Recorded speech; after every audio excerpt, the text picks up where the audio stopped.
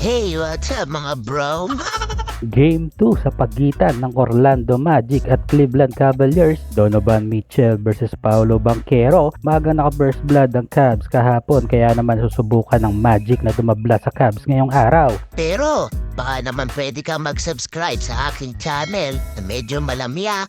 Pero sa umpisa lang yan at babawi sa dulo. First quarter, 5-0 run agad ang home court team. Kaso nga lang, dalawang magkakasunod na turnover ang binigay ng Cavs under 10 minutes ng laro. Finally, nakabutas na ang Orlando sa fadeaway shot na ito ni Wagner para umpisahan ang kanilang kampanya ngayong araw. Nasundan na lang ang puntos ng home team sa hook shot na ito ni Jared Allen para bigyan ng 3 lamang ang Cavs. Beast mode ang leader ng Cavs na si Donovan Mitchell sa teardrop nito mula sa free throw line para iangat pa sa 5 ang lamang nila. Palitan lang ng punto sa magkabilang team under 3 minutes ng laro. Isang highlight dunk ang pinakawala ng Cavs. Mula yan kay Mitchell papunta kay Jared Allen at nasundan pa ito ng isang fast break para iangat sa 7 ang lamang ng Cavs. Finally, nakuha na din ni Banchero ang kanyang unang puntos mula yan sa isang pull-up jumper para ibaba sa 5 ang lamang ng Cavs. Under 1 minute, nagpaulan na ng 3 ang Cavs para tambakan palalo ang Orlando Magic 30-18 sa pagtatapos ng first quarter. Lamang ng 12 ang Cavs.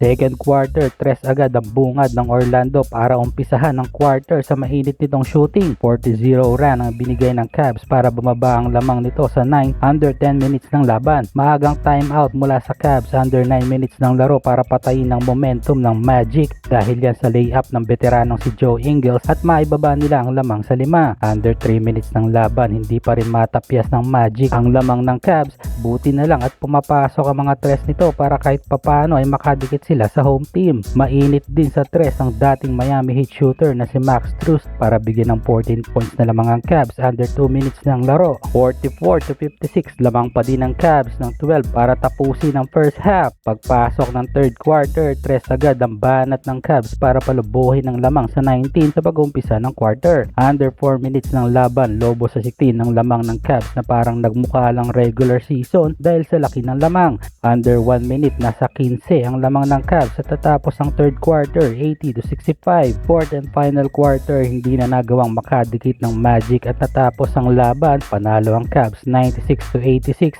at 2-0 na nga ang Cavs para umpisahan ang first round sa isang impressive game. Bagsak naman sa 0-2 ang Orlando at susubukang bumawi sa game 3. Jared Allen with 16 points at 19 rebounds, Mitchell with 23 at Darius Garland with 15 points.